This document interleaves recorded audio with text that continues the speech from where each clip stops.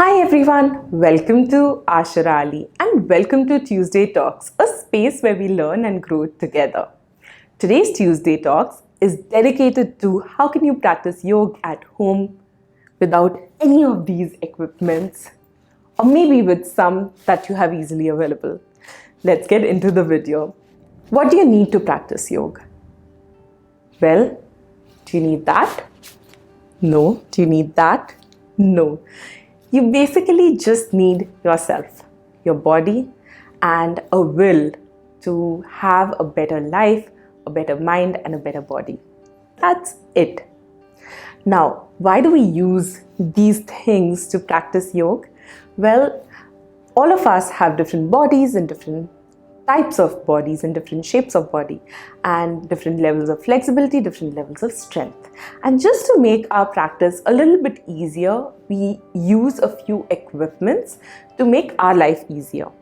Now, if you're doing yoga, say on the beach or in a park on the grass, you really don't need anything, just your body weight is enough, not even a yoga mat. No.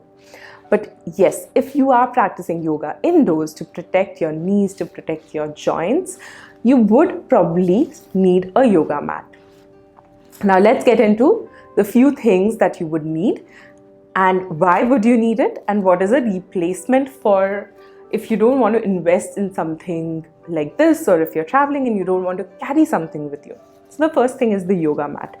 Now, when it comes to a yoga mat, I'll quickly take you through some that I have, and if you do want to invest in one, just be informed of what you would be buying and what's good for you. For example, for Ashish, he loves using something that is thicker. Now, this is not the best mat, this is not eco-friendly for sure, but this is a really thick mat and it helps protect his joints. It has a good thickness level and this is great for him to perform yoga on. So he loves this mat. Then we also have a thick mat for me, which is eco-friendly, which is less thicker than the one I showed before, but it's still thick enough for me. And on days when I'm just doing some easy slow flow practice, I like using this thick mat. But my main mat is this one right here, which is from a brand called Manduka, which is also eco-friendly. And this is a little thinner and I like the thin mat because I prefer that for my practice. I don't like thick mats generally. So I love this Manduka mat and you would have seen this in a lot of our videos. And this mat has been with me for many years now, 3 years maybe. And it's lasted me well. So this is the mat that I use on a regular basis for myself. It is an expensive mat and I wouldn't suggest to invest in it until and unless you are completely dedicated towards yoga and you're practicing yoga every day and you've decided that you're going to do it for the rest of your life. This is a great mat to invest in then. But if you don't want to invest in this, you have a lot of budget-friendly options. You just need to look for some online. I'll link some in the description below as well to look into. But do not invest in some of the mats. I'll put a few pictures around which are really budget-friendly, but then they get tattered over a period of time. So for example, the first mat that I invested in was one of these and it got roughed out in 1 month's time and I had to throw it away. And these mats are also not eco-friendly, so when you do have to throw them away or let them go, it really hurts your heart, but you can't do much about it. At least at that time I couldn't do much about it. Now I'm much more aware of how I can also protect the environment. So these are the regular mats that we use. But there's another kind of mat that is not very expensive. At least when I bought it, it wasn't very expensive. It was like 400-500 rupees. And this is that mat which I got from India. It's made out of a material called khadi, which is very nice for the body, it's a very environment conscious material as well, and I love this mat. So nowadays when I do go out to teach yoga, I try to take this mat with me because I can bring this home, put it in a machine and wash it and not really worry about sanitization. I also love carrying this when I travel with travel around, and this just folds in, and I put it in my suitcase along with my clothes, and I'm done. So I love this mat, and I sometimes just use the khadi mat on top of my manduka mat to also create a thicker mat and for cushioning. So this is a very versatile mat, and even if you don't invest in all of that, I would highly recommend, if you are investing in a mat, invest in something like this, which is made out of cloth and which is environment conscious. I'll link a few of these in the description as well. Now, if you don't want to invest in any of that and you're traveling or you're just at home and you just want to try yoga for the first time, you can actually use a towel. So I generally, if I do go to the beach, I love using this. This is a long beach towel. So I love using this towel for my yoga practice, but you can use any towel that you have available at hand. And towels are also great to practice yoga indoors. These again, you don't need to worry about sanitization. You can just put them in the machine and wash them, and they're good to go. You can also use carpets like the one I'm sitting on to cushion your joints and to protect yourself while practicing yoga.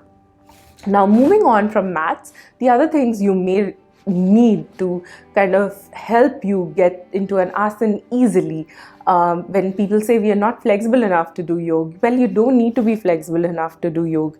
Yoga helps you get flexible, and still everybody's body is different, so not everyone's made to touch their head on the knee, but you can use props like these. So I love using cushions or maybe a bolster and just using them, or to do any kind of poses or asanas. And you would have seen me using these in a lot of my videos. Now, yoga cushions and bolsters again can be very expensive, and I till date have not invested in one. Even if I've invested in mats, I'm not invested in this. So I just use these IKEA cushion and bolster, which are very budget friendly, and just use any kind of pillow, cushion, bolster that you have available in your house, and that's more than enough. You really don't need to invest in a yoga bolster. Now, moving on, there are other things that can help you achieve a little bit of flexibility in yoga. For example, yoga straps. So when, say for example, I ask you to stretch the leg or hold the knee and stretch the leg, now this is not possible to do for everyone, like holding and stretching. So you can use a strap, and then you can just simply get that pose with the strap. Now, straps again are expensive, and you don't necessarily need to invest in a strap. So instead of a strap, what you can do is use a scarf. Scarves, men, women alike have them. So just kind of see the length that you want, and then you can again put it around your foot and extend it. In fact, I've used small hand towels when I used to teach in 5-star hotels. Sometimes, imagine in a 5-star hotel, they didn't have straps. So instead of the strap, what we used to do was small hand towels, and we used to use them as a prop for a replacement for the strap. So you can use hand towels, you can use a scarf as well for certain poses like the one I showed, to kind of do your practice much better. I mean, if you can't do this, doesn't mean that you shouldn't do the pose. It just means that you need something to help you do the pose better.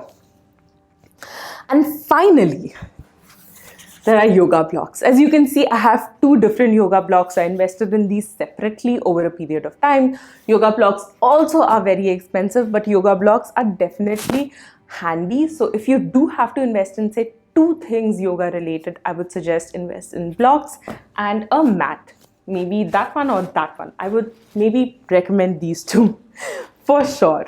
But if you don't want to invest in blocks, because blocks are again used for balances, I'll put a picture of my balance with a book, which I actually use instead of a block somewhere around. I also use blocks, you can use them for your forward bend again instead of pillows. So blocks are really versatile, but a replacement for the blocks are hardbound books. So these are the same size hardbound books, and you can again use them for, say, a forward bend. You can use them for a side bend.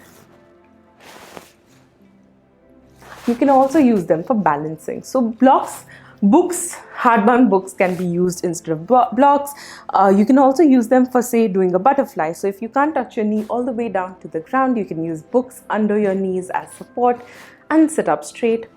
And instead of books, for certain poses, you can also use a bottle. So a strong, nice metal bottle can also be a replacement for the blocks. Now, these are few things that you would definitely have around your house to help enhance your yoga practice a little better. Remember, in yoga, you only go to about 70% of your capacity and don't push yourself too much. The idea is to hold the asana for a long period of time and not do the asana perfectly. And using props is a great idea if you can't do a particular asana fully, completely without a prop. So using a prop can help you enhance your practice and get benefits from the asana better. Now, hope this kind of short tutorial on what you can use for yoga, what are the things just lying around in your house that you can use for yoga helped you and kind of made you aware of the fact that you really don't need to invest in a yoga mat or anything. Rather, to do yoga, you can just do yoga with anything that you have in your house. So hope you guys have a wonderful day. I'll see you again with yet another Tuesday Talks on Tuesday and a Thursday Therapy video on Thursday. Thank you so much and namaste. Do like the video if you liked it, share it with somebody who needs it, and subscribe to our channel. See you next week.